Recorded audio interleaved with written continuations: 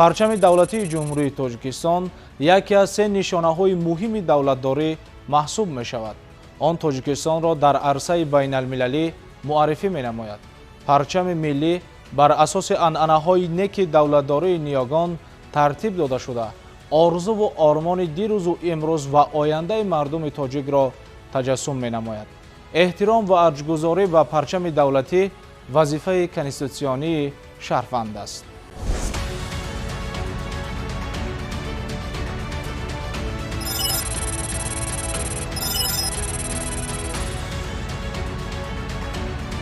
нишони давлатии ҷумҳурии Тоҷикистон рамзи истиқлолияти давлатии ҷумҳурии Тоҷикистон мебошад.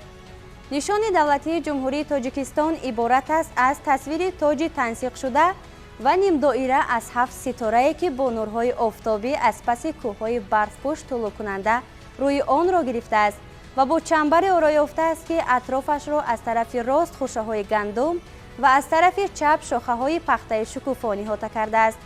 болои чамбара бо тасмаи сераха печонда шуда дар қисми поён рӯи курсии китоби боз ҷой гирифтааст.